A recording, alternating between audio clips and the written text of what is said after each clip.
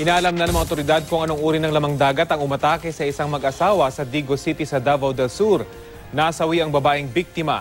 Balitang hatid ni Tina Panganiban Perez.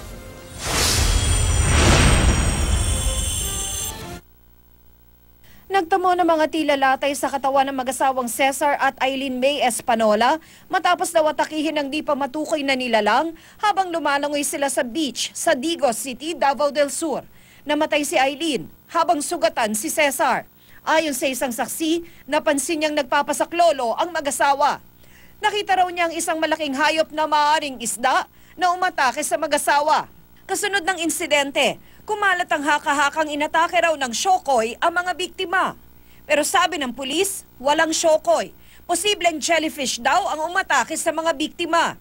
Ito rin ang hinala ng BIFAR. Sa daan-daang uri raw ng dikya, 20 ang makamandag. Oras na madikitan ito, agad magpunta sa pagamutan, lalo na kung makararanas ng hirap sa paghinga, pagsusuka at pagkahilo. Pero walang talaga siyang intention na lalapit sa'yo para kakagating ka. But kasi yung tao na dikit doon, lalo kung in bloom sila.